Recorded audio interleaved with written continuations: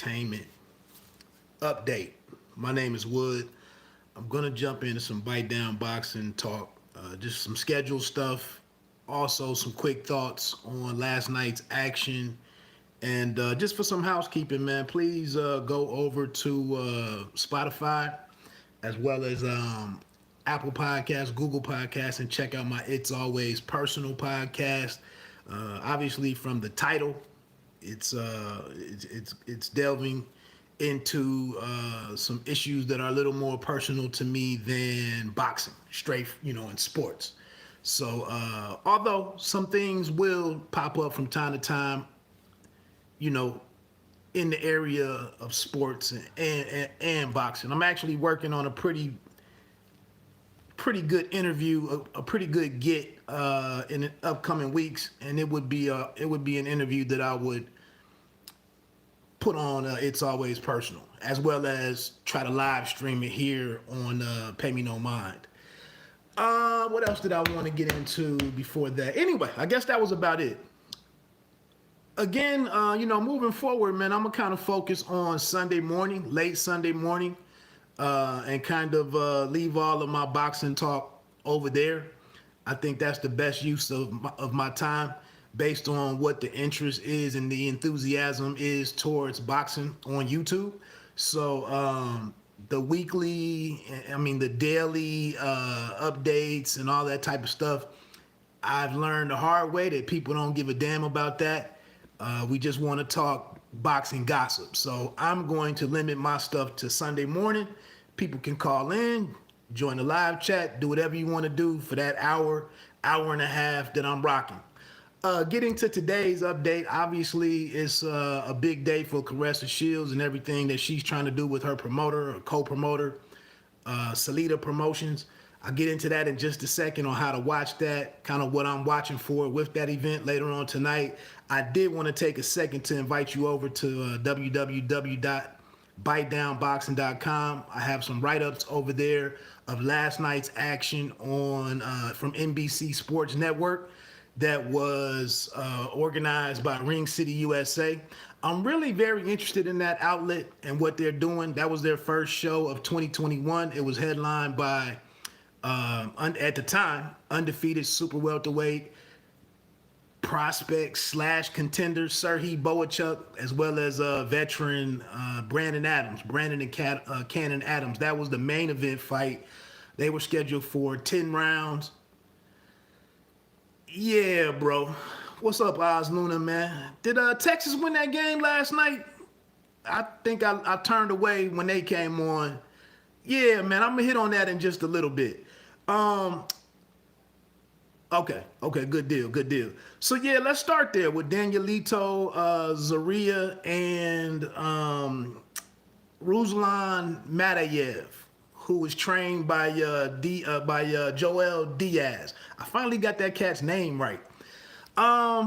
Joel Diaz coming off the embarrassing loss at the hands of Canelo Alvarez over his fighter Avni Yildirim just a little bit ago. What's up, Finkley? Thank you, bro. I appreciate it. So yeah, Danielito Zarria against Ruslan Matayev last night, a super lightweight fight. It was a boxer against a pressure guy with not a lot of power in Matayev, but definitely relentless, kind of that Kazakh Eastern Euro style of just a lot of power, stay in your face, stay in your chest, make you feel uncomfortable, stay close to you, make contact, so on and so forth. Zarria, I really didn't like Zarria's fighting style whatsoever. He just kind of didn't have any urgency to him. He really didn't use his jab a whole lot. I expected him to be the classic boxer, maybe boxer puncher. Sir, he got hit with the sneaky left hook that hurt him, and then the flurry. Yes, sir.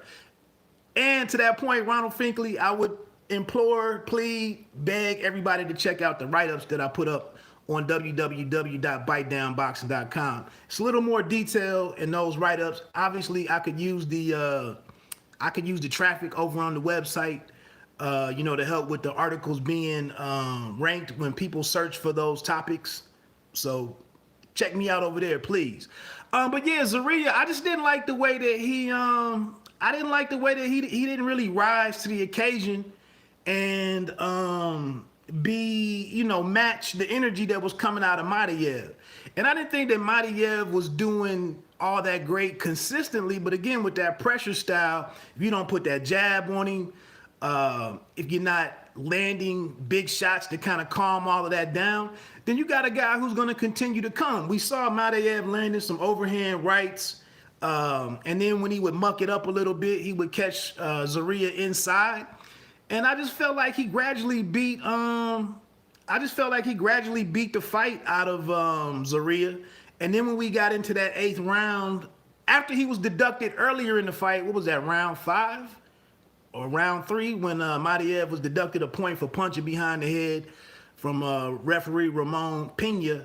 When he came back and hit him behind the head, coming out of that clinch in the 8th round, I didn't think it was all that heavy of a punch. I didn't think it was all that powerful of a punch, but I have no familiarity with Zarya, so I can't sit here and definitively say that he quit and question the man's heart and whatnot. Looking at him in the corner, being down on both knees and not really being able to continue. The doctor looked at him. He sat there with his eyes closed for an extended period of time. Even when the ref was pretty bad. We'll get to that in just a second. I don't know what to make of the fight. I just think the optics weren't good. They did note that I think he went to the hospital to be further examined. And boxing, that's a vulnerable position to be hit in. And we see a lot of these guys clinch week to week. And guys, when they clinch, they have that free hand and they're looking over here and just throwing the rabbit punches up to the guy's back, to the back of his opponent's head. And it's kind of arbitrary how they decide to take points away and how the referees monitor that and curtail that from happening, but it happens. I just think it messed up a good card. And, Matayev was on the way coming back. Of course, he goes over and tells his corner that he hit him cleanly behind the ear, which he didn't even see it. So it's just one of those things in boxing that it messes up a fight. It messes up a card. But again, I kind of have to believe that the guy was affected by the fight. Exactly. Pritchard, great example. Oz Luna is all over it. Exactly. Speaking of another Puerto Rican guy, and looking at the videos that we see time to time with Pritchard Colon, it's kind of tough to really rock with boxing. These guys sacrifice a lot. So from that right there, Oz, man, I really can't sit here and get all adamant about he quit. He left out in a wheelchair or whatever. It just was one of those moments. Also, shout out to Miguel Cotto for getting involved with boxing in his home, in his homeland or home community and whatnot. Other than that, moving forward to the Brian Chevalier fight against Carlos Zambrano. Zambrano's name kept bothering me because that was the Chicago Cub closer or pitcher for a couple of years. Holding it, opened him up to get him. Yeah, that's what I'm saying. When you don't match the intensity of the person that's fighting you, you sitting here trying to be all cool and thinking that this guy is just gonna go away or he's gonna agree with how I want to fight this fight, and you got a guy who's doing all of that, you leave yourself to be hurt. First round, yeah. Good point. But getting into the Chevalier fight, he landed that shot in the first round, second round behind the head of Zambrano. Zambrano had been inactive since April of 2017, where he was stopped by, I knew I was going to forget who stopped him, but it's somebody that we all know. Damn, I cannot remember. But anyway, Zambrano just being that inactive, he was 36 years old. That's always a bad sign when we start looking at these cards on the way in and you look at the details, the activity of the fighters, the details of the matchup, there really wasn't a whole lot to expect here. Chevalier had been knocked out once himself, but he looked like a pretty decent super featherweight against a guy that he should have done that to. But the left hands were violent. They were big. The body work was good while it lasted. He gets a third round knockout of a veteran guy in Carlos Zambrano. Moving forward to the main event, and shout out to Sean Porter, man. I thought it was dope earlier in the day. They had an extended commercial on NBC Sports Network where they just had Sean Porter giving a rundown of the card and what was to happen later on. I just like to see what Ring City USA is trying to do, and I think they have 11 shows planned for 2021. So I'm excited, man. I love midweek boxing. But getting into the main event with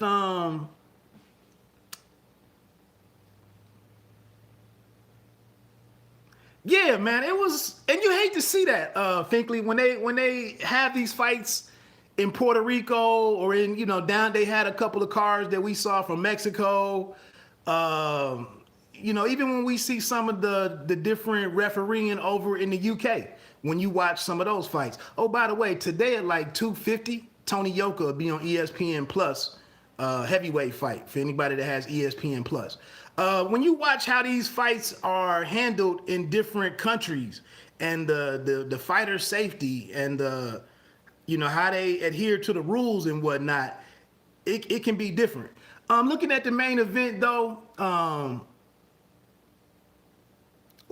going completely blank answering, responding to some of you guys' questions, but who the hell? Oh, Bohachuk. I'm sorry, Bohachuk and Adams. That was another, the optics were horrible that you get to the main event and these two guys who are both, could be on the cusp of moving on to eliminators or mandatory opportunities or whatever, and these guys don't even have the proper footing to fight properly. And the first two and a half rounds was excellent. All of that inside fighting, the hooks, being in the pocket, nobody taking a step backwards, heavy punches, just violent action. I was like, damn, this is a hell of a Thursday night fight. I mean, this looks like real good action. And these guys, we've been waiting for this fight for 2 months now, 3 months now.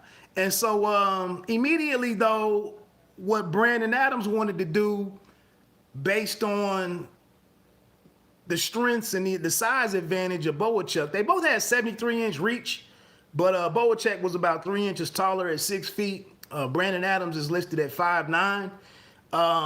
But for Brandon Adams to mix in the lateral movement, get in and out, get up under some shots, up jab a little bit, work the body, come back up top and, try to catch the taller fighter inside where he didn't need to be. With him not being able to rely on his footing to explode into some of those movements and some of those combinations, it pretty much neutralized Brandon Adams for a good 4 or 5 rounds. And it seemed like once he picked up on the fact that he didn't have any footing over the logo, he started circling around the very edges of the ring, trying to find some footing, but he really wouldn't attack. The body work went away, the uppercuts went away. All he was really doing was jabbing to the body and then stepping forward with a straight right or something. It was a very basic game. You heard his corner was trying to plead with him to engage and not let this opportunity slip away. And his body language really changed. And then we get into the 8th round. And I just thought that was phenomenal, man. Again, he been on the outside. He was down big. He didn't have room to work. The ring was in terrible shape. Glad the ref stopped the fight when he did. Bohachuk could have had a bad KO. That was the one good thing that the referee did. Bohachuk, after, winning 4 or 5 rounds in a row, dictating the pace. I thought he was cutting the ring off good. It was good boxing. But in that moment where, where Brandon Adams took his stand, he landed that first left uppercut that stood Bohachuk up. He got a reaction out of him. He spun off the ropes, got Bohachuk in the ropes, went to work with some combinations, caught Bohachuk up to the head a couple of times, and then Bohachuk's hands, he was hurt, and his hands lowered, and you know, he hit him with that last left hook, and it was over. He did beat the count, and but he was staggering all around. The referee really never even got into the take a few steps over here, take a few steps over here. Do you want to continue? We didn't see all of that. Exactly. That's a good call, Finkley. Good call. You're talking about the explosive moment for Adams. I agree with that. That was kind of that see blood, see the opening, go seize it, get this guy out of here. I'll agree with that. But anyway, you know, the referee never got into none of the Jack Reese extra activity. He kind of called it pretty tight. And, you know, there was no way in the world that he could allow that fight to go on, especially with the momentum surging for in favor of Brandon Adams, who was ready to go. And if he would have let Bohachuk go back in there, it would have been a bad look for that young man, because he was hurt very badly. Hate to see that for Manny Robles, man, because I like what I see out of Robles and guiding his fighters, preparing his fighters, and he almost, yeah, man, the outfit was a little bugged out. Well, I can't remember what character that was, but yeah, I like Adams, man. I like going over here on this platform, you know, coming out of the fight against Jamal Charlo up at middleweight, where I don't think he belongs. Had a pretty decent fight with Jamal, but didn't have the, you know, the tangibles to get that done. Comes over here though to Ring City, USA, provides us fans a great way to conveniently and see a fight in a cost-friendly manner, and to go in there and have a good performance, man. And coming off the performance back in December against Sandy Duverson, I like that the guy is doing what he's trying to do, man. I'm a little disappointed though, man, because I emailed Brandon Adams about 3 times trying to get an interview before the fight, and I guess he was busy. I saw him on another channel, and that's the thing, man. This is where Adams can like make his money and look good and have a successful career.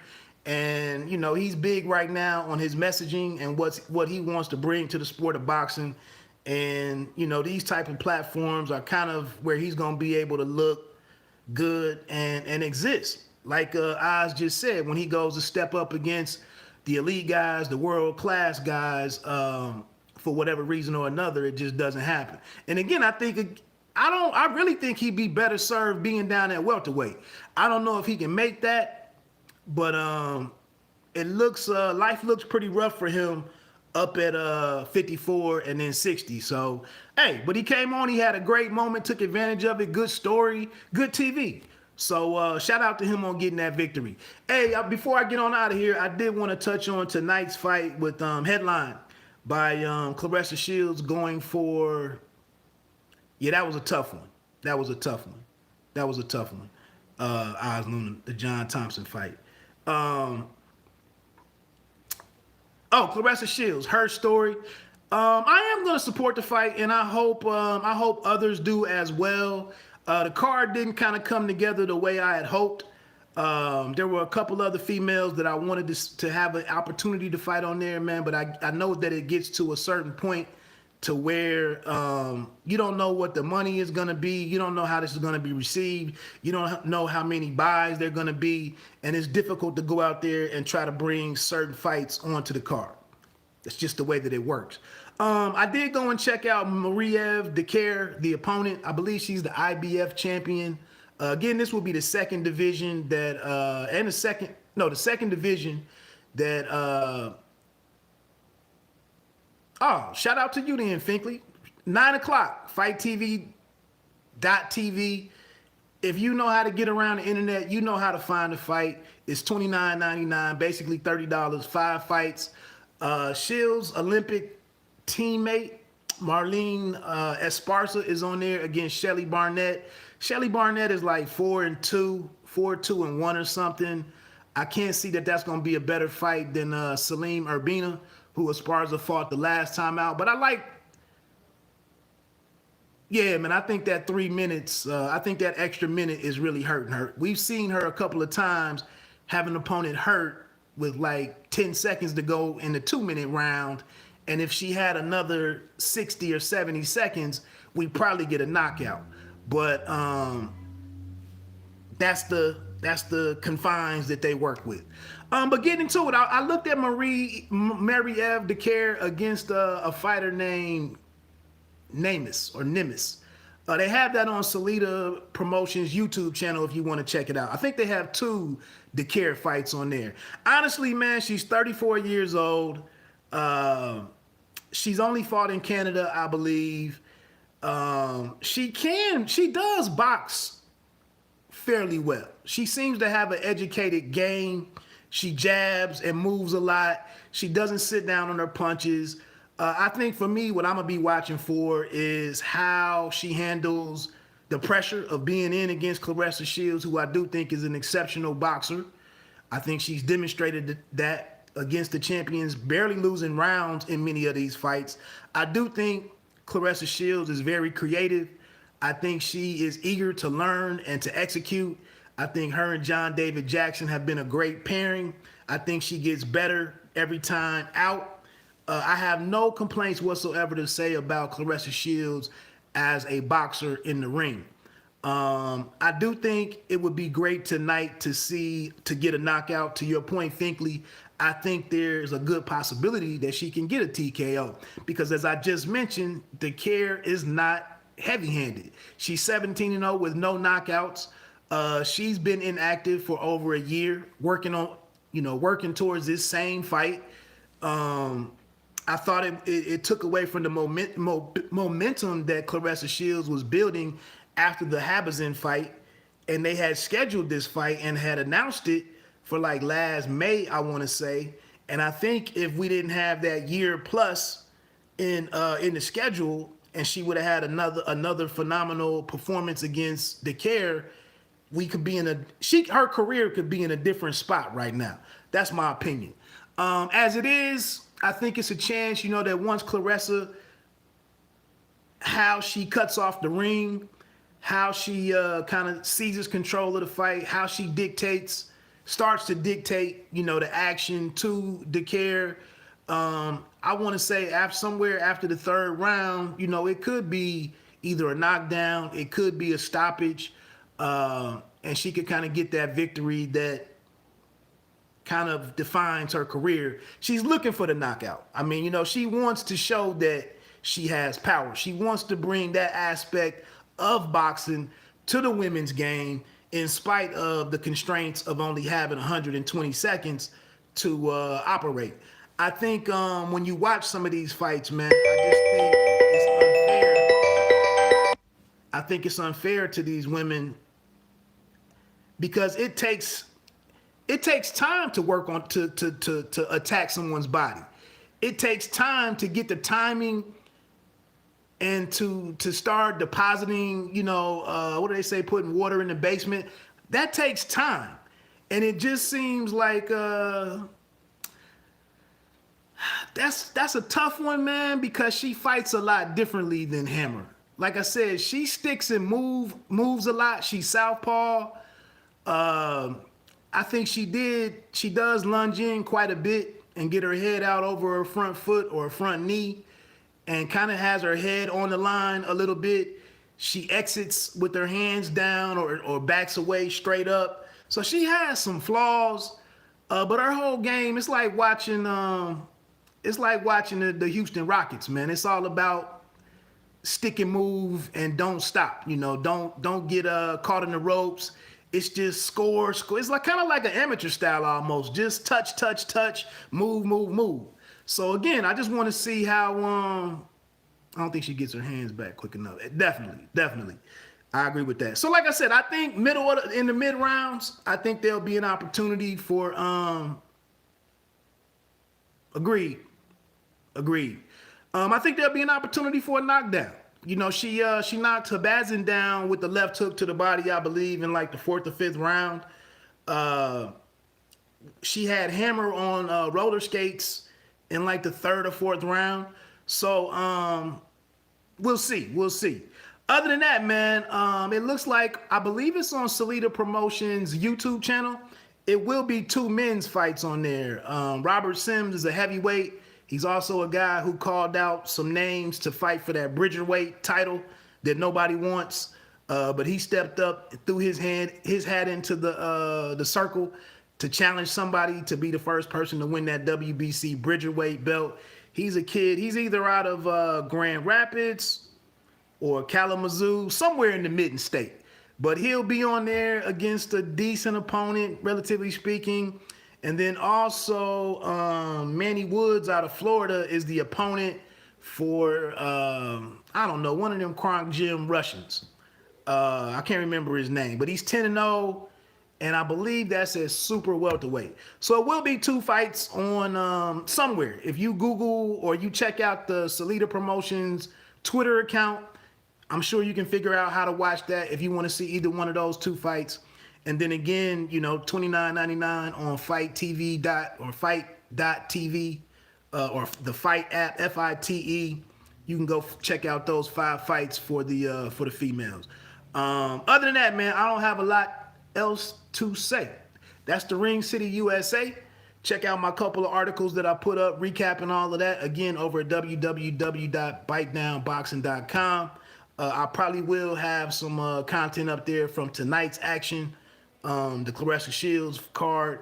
And if it goes off early enough, I'll probably even jump on and recap the card here on my YouTube channel. And like I said, I'll be able to take some calls if anybody want to call in and holler at me about the fight. Good action coming up next weekend with the Estrada and Chocolatito card. They just added all the DAZN and Matchroom prospects with, I think Ammo Williams is going to be back on there, Austin Williams at middleweight. Otha Jones III out of Toledo is on the card. Southpaw Raymond Ford out of Camden, New Jersey. Really slick young boxer who's kind of coming into his own. I want to say Raymond Ford is like 8-0, fighting another undefeated fighter next week. So I think, again, we have the rematch between Jessica McCaskill and Cecilia Brækhus for the women's undisputed welterweight fight. That's going to be a pretty good fight, I believe. And then, like I said, how could you not dig Juan Francisco Estrada and Chocolatito Gonzalez part 2, you know, from 8 years ago when they first met. So tons of action next week. There was another fight over there. Anyway, I got to get out of here, man. That's the end of my lunch. Thanks for tuning in and rocking with me. Appreciate all the few likes. Appreciate the interaction from Oz Lunar, Ronald Finkley. Appreciate it more than you guys can know. Again, check me out, www.bitedownboxing.com. Don't let them count you out. Pay me no mind, sports and entertainment. You don't have to be great to start, but you have to start to be great. Check out that It's Always Personal podcast, which is available on Apple Podcasts, Google Podcasts, as well as Spotify. I'm out. Peace.